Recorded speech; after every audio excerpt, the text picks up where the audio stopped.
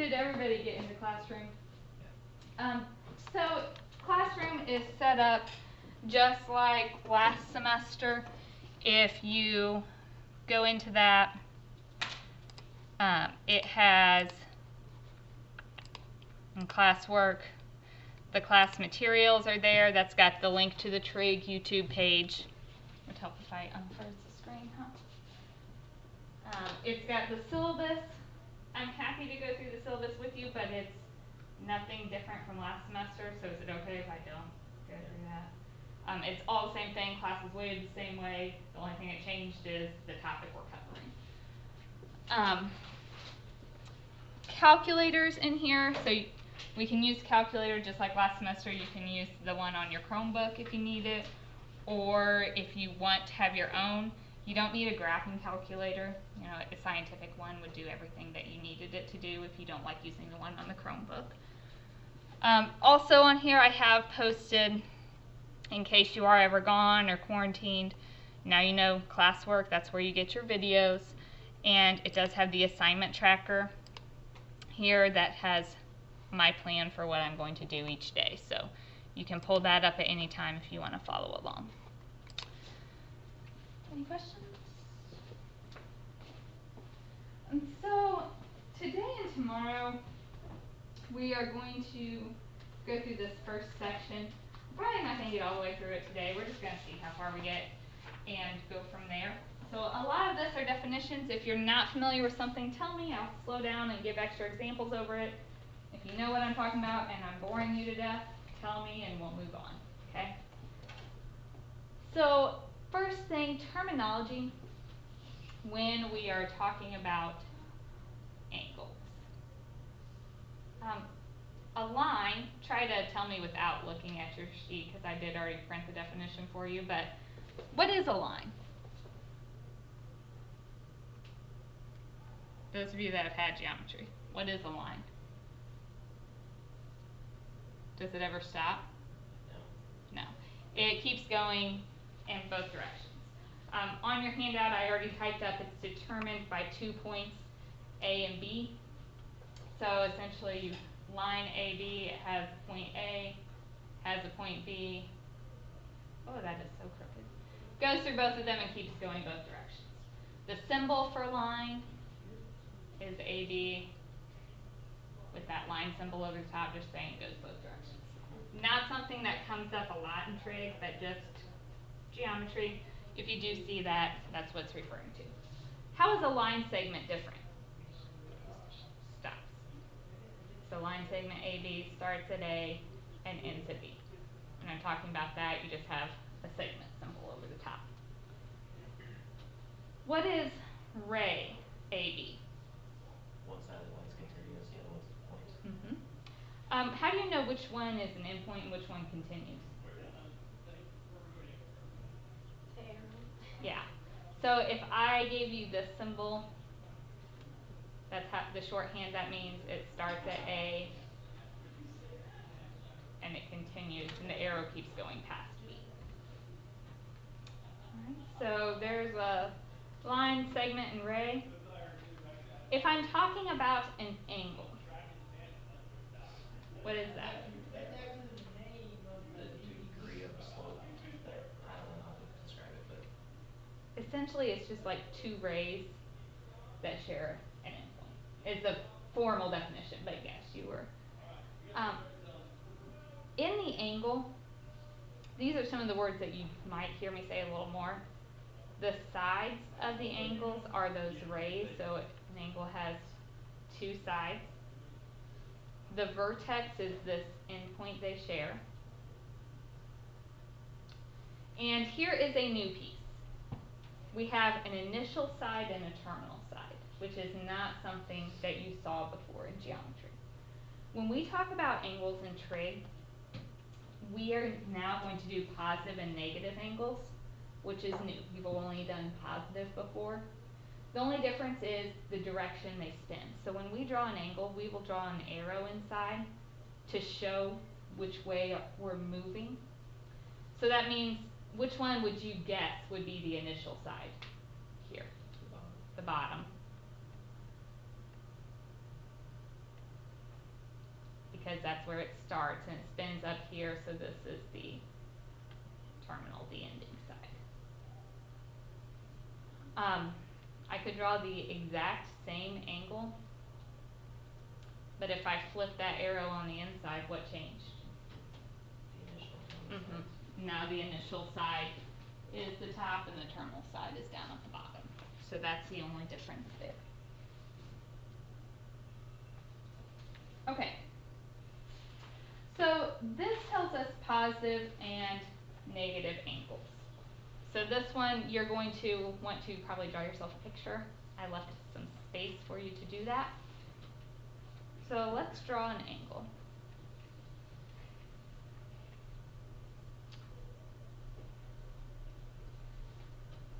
Okay, we can draw the arrow on the inside. You can also do arrows on the outside. So I'm just going to put mine out here just to show you, we can talk about different pieces. So the little curved arrow tells you what angle you're talking about. I'm not talking about the little angle between these, I'm talking about the obtuse angle, the angle going around the outside. As long as you are spinning counterclockwise, that is a positive one.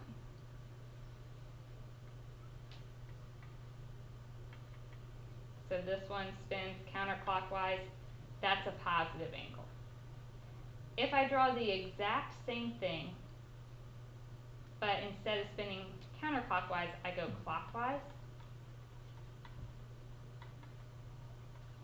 that is a negative angle. And I could draw these differently. Another positive angle might look like this. Another negative angle might look like this, because you can draw your arrow inside or outside. But as long as it's moving counterclockwise, that's a positive angle. Anything moving clockwise is a negative angle.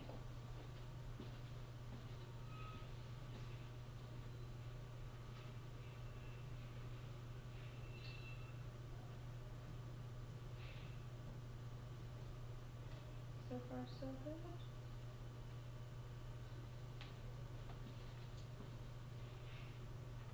Let's talk about our angles then. These are terms that you have seen before. What is an acute angle?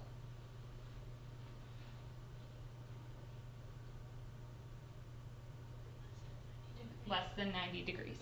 We're going to modify that definition a little bit because I said now we can have negative angles as well. So I'm just going to say it measures between 0 and 90.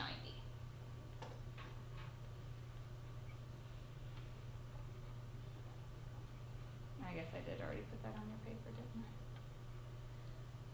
What would be a right angle? 90 degrees. Obtuse? Anything more than 90 degrees.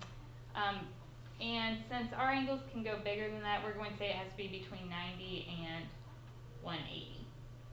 If it's 180 degrees, that would make a straight line. So a straight angle is 180. Alright, complements and supplements. We've heard those before. What are complements? 90. Complements add to 90 and supplements add to 180. If you confuse those, then trick to help you. C comes first in the alphabet, so that's the smaller one. So complement 90, supplement 180. So ready to maybe do an example?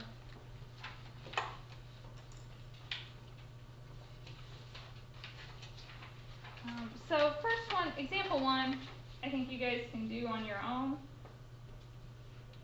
I want you to find the complement and supplement. So actually, if you have time, why don't you try examples 1 and 2. We'll go over both of them, but see what you know. See if you can do those two problems.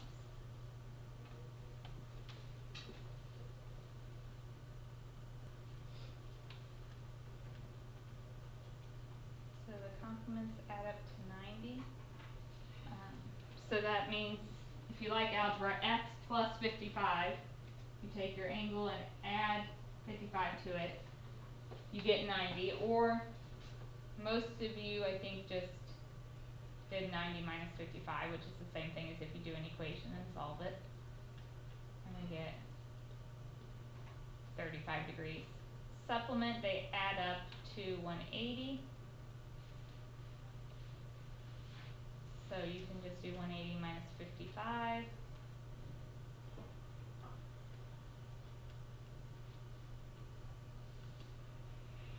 And we get 125 degrees. Is that one okay? I do want you putting the degree symbol on those.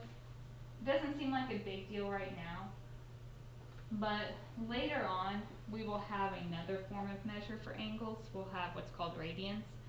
So I want you to get in the habit now of marking degrees when you have degrees, so we don't get confused later on. So this one, what do I know about this angle? Right, this is a right angle symbol, so it adds to 90.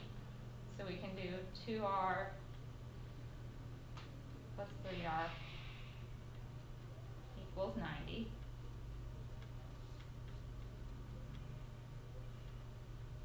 Divide by 5, and we get 18. But I didn't ask you to find r. What did I ask?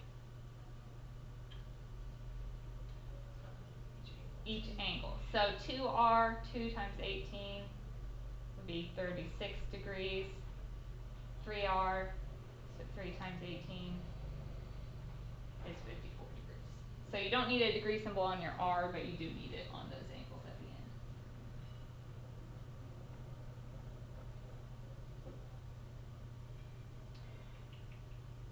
Okay. B, what do you know about this one? Right, it's a line, so those add up to 180.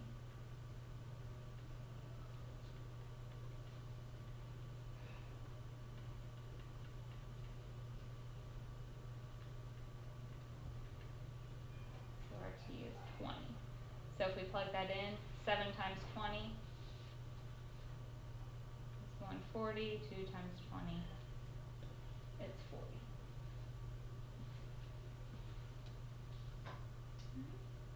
Any questions on that stuff?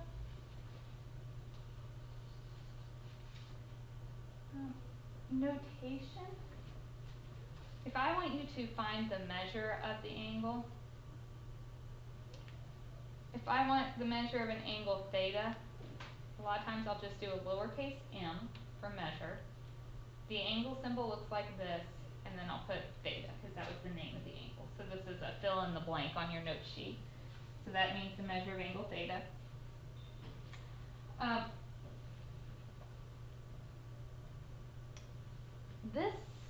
In this class, it is not always good enough to give things to the nearest angle. Okay, if I look at the property where I live, and when I purchased that property, I got a legal description of the property using latitude and longitude. They don't just round everything to the nearest degree, because if you're talking about land, you want to know exactly where your property line is. You need to be very, very specific. And so they actually use degrees, minutes, and seconds in doing that. So if you go to be a surveyor or something like that, they use this because we need to be more accurate. You know, if you're talking about going to the military and they're going to shoot a missile, they don't want to just say, it's about 30 degrees north. Like, they want to be really accurate. They need to make sure it hits exactly where it's supposed to. So, in this, degrees, minutes, and seconds, it kind of works like time. So when I say 60 minutes, in terms of hours, 60 minutes is 1 hour. The degree just takes the place of the hour. So 60 minutes is equal to 1 degree. The notation for minutes is just a single tick mark. So if you fill in that blank, 60 minutes equals 1 degree. And what do you think 60 seconds would equal then? 1 minute. So 60 seconds, seconds have 2 tick marks, equals 1 minute. Minute is just 1 tick mark.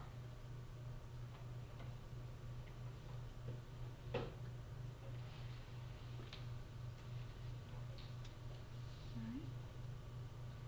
So let's practice using these degrees, minutes, and seconds. We're going to start out with some calculations. If I want you to add degrees and minutes, we are going to set this up like you did in grade school. So remember stacking things up? You know, when you did decimals, you had to line up the decimals. We're essentially going to line up our minutes, degrees, minutes, and seconds. So we have 28 degrees, 35 minutes, plus I put my degrees under my degrees, my minutes under my minutes.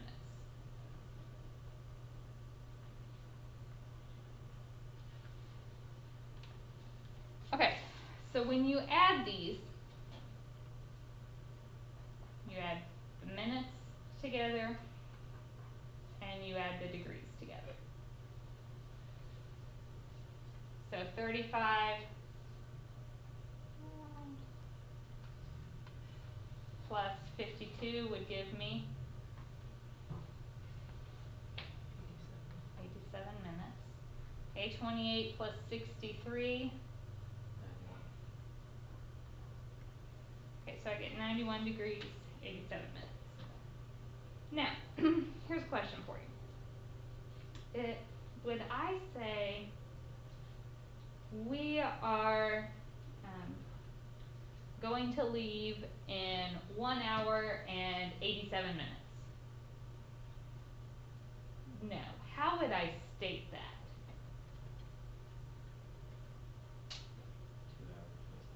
2 hours and 27 minutes, right? If it's more than 60 minutes, we change it to an hour. So here, if it's more than 60 minutes, we're going to turn it into a degree. So if I take away 60 of those minutes, that would leave me with 27. And I'm giving it to my degrees, so that would be 92 degrees, 27 minutes for the final answer.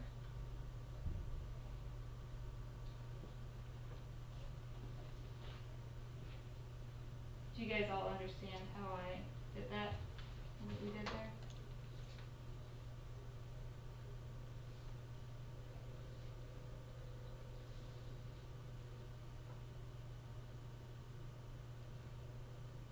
Let's do a subtraction.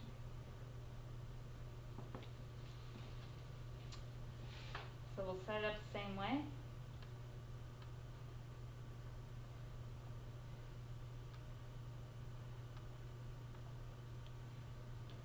Having some issues with my new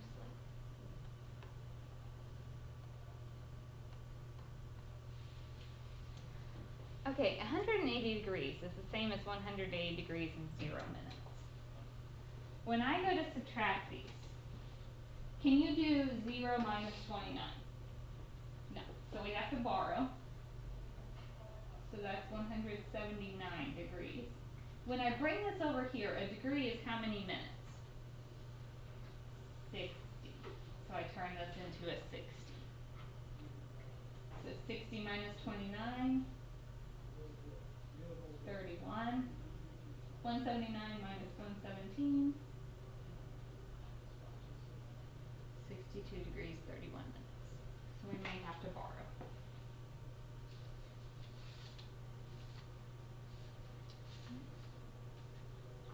Why don't you guys try the next two?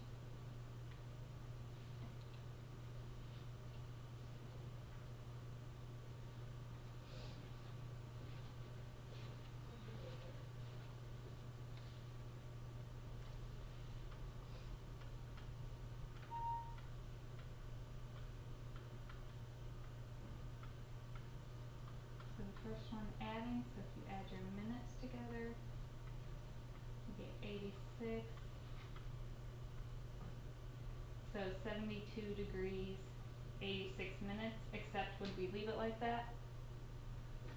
No, take away 60 degrees, so that's 73 degrees, 26 minutes.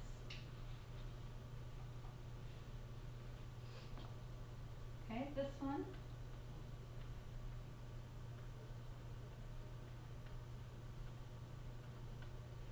A lot of times they put 04, that's the same thing as just saying 4 minutes, so I don't care if you put the 0 in front of that or not. We need, right now this is like 0 minutes. You can't do 0 minus 4, so we borrow. So that's 119 degrees, 60 minutes. So 60 minus 4 is 56, 119 minus 101 is 18. 18 degrees, 56 minutes.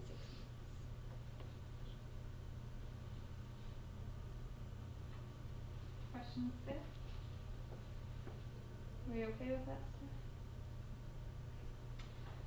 stuff? So I can give you a measurement in degrees, minutes, and seconds, but I could also give it to you in decimals. I could say 10.315. So we need to be able to go back and forth between those two measurements, and that's the next piece that we're going to talk about, converting those things. So, on your handout, I actually typed up step-by-step directions on what we're going to do here. And I'm going to illustrate just by doing the example for you. So the steps I told you, if you have minutes and seconds and you want to change it into decimals, we are going to have to divide, so you're going to need a calculator handy. The 105 degrees, that part doesn't change, that's still 105. Okay, minutes. If I want to change minutes into degrees, how many minutes are in a degree? 60. So to get the decimal, you will have to take your minutes and divide by 60. My seconds, I had 32 seconds. Now, careful. I want to turn my seconds into degrees. How many seconds would be in 1 degree?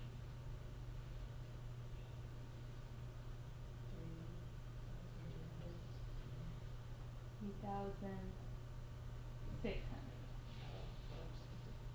Because we know that 1 minute is 60 seconds, and there's 60 minutes in a degree. So 60 times 60 is 3,600. Then we can put all this in our calculator at once. We're just going to add all those pieces together. So on your calculator, we have 105 plus 20 out of 60 plus 32 out of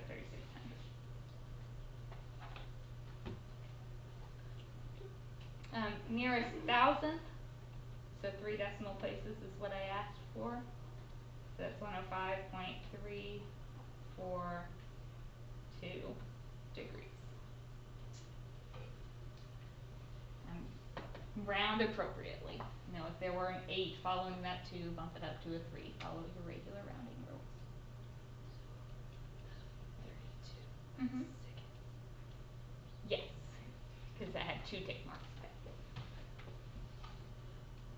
Other questions?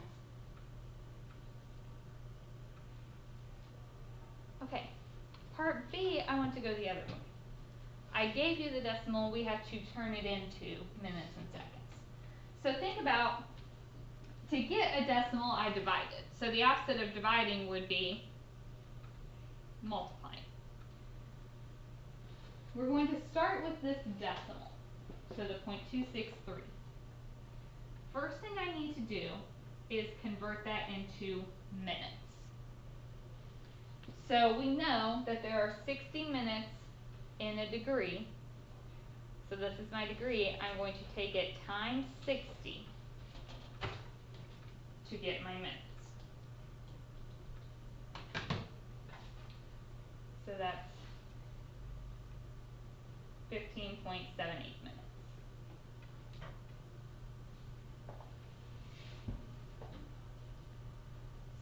has so far.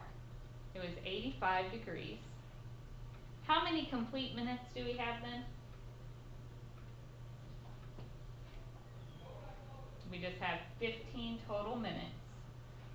This 0.78 of a minute, I'm going to change that into seconds. Okay, so this is minutes. I'm turning it into seconds. How many seconds are in a minute? 60. So we are just going to multiply that decimal by 60 again.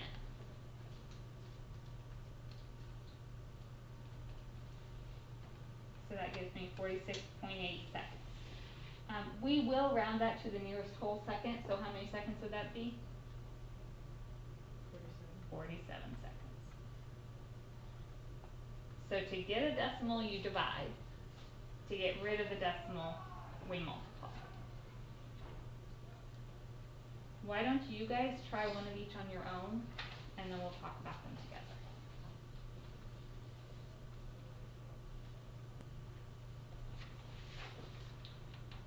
So first one, you have to take your minutes, so 8 minutes, divide by 60. And what do we divide the seconds by? 2,600. And then just put all that in at once so you don't have to worry about rounding error.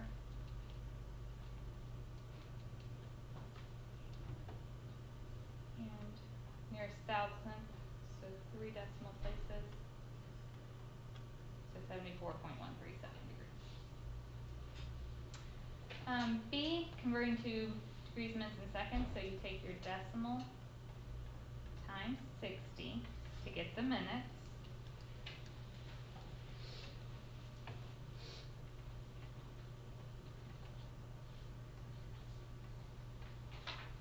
Then we know we have 34 degrees, 49 minutes.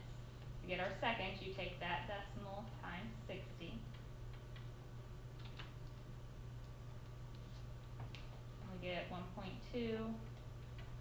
Rounding would just leave that as 1 second. And you could put 0, 1, or just 1. I don't care. Alright. Any questions there?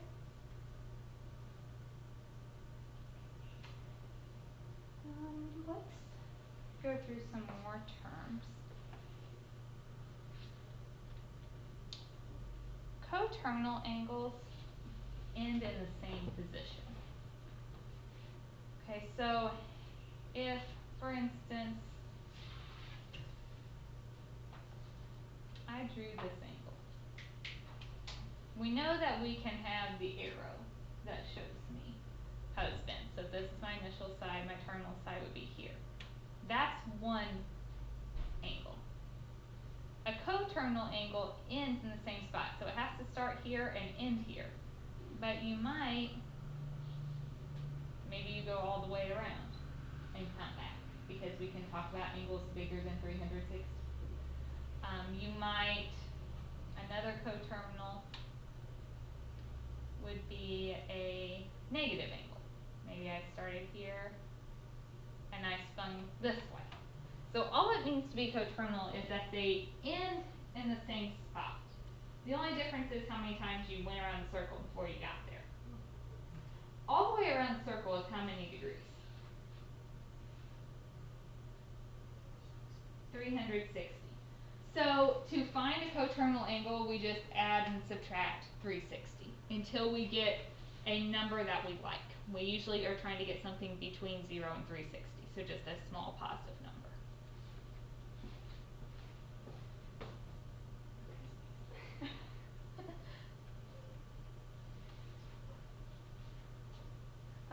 You'll hear me talk about standard position.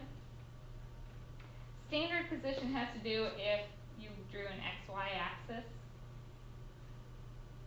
then the vertex has to be at the origin. The initial side has to be the positive x-axis. When we draw angles, we will always place them in standard position. So vertex at the origin, initial side, positive x-axis. And then you could, your terminal side will be anywhere. So maybe something like this would be standard position. You'll also hear me occasionally refer to quadrantal angles. So quadrantal just means it ends on an axis. So this would be like 0 degrees. What would this be? 90 degrees, 180 degrees, 270. If you go all the way around, that is 360. So those are your quadrantal angles. Any questions about those terms?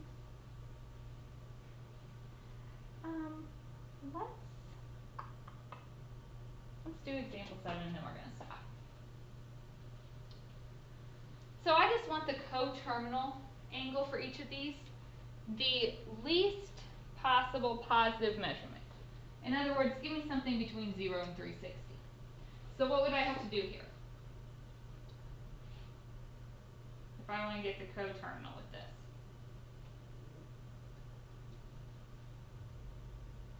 Subtract 360. Okay, if I subtract 360,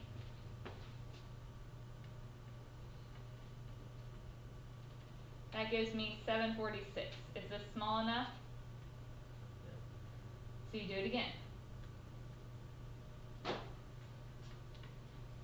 You don't necessarily have to show me your work here.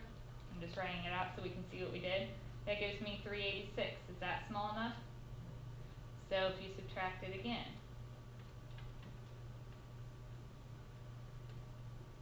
we get 26. Can I get any smaller? If I do, it'll be a negative and I ask for a positive. So that is my answer. What would I do for a negative 150? Need it positive, so we add 360 and we get 210. Is that an okay number? Yep, so that's my answer.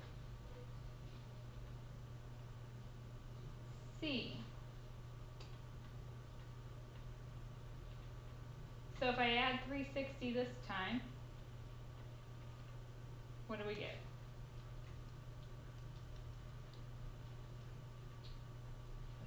Negative 243. Is that okay? No. Add it again. 117 is okay. Make sure you put a degree symbol on all of those. Any questions about what we've covered here? Tomorrow, I'll do the last couple examples. I'm going to go ahead and give you the homework, but it's not really homework yet. Okay, tomorrow I will do the last couple examples and then we're going to have class time to work. So you're going to end up with a lot of time to work on this.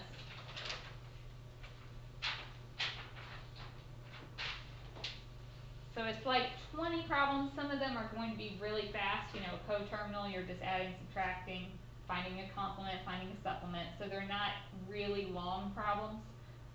It just looks like a lot, but it's really not. And then I am not actually going to collect this until, let me think.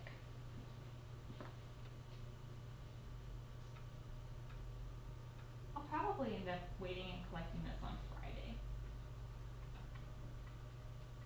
So what I'm probably going to do is give you some time to work tomorrow and maybe start section 2, then finish section 2 on Thursday and give you more time to work, and then collect both of them on Friday. So you're going to have a couple days in class to work on this. Don't think you need to go home and work on it tonight and not have anything to do in class the next few days, but this is our starting point.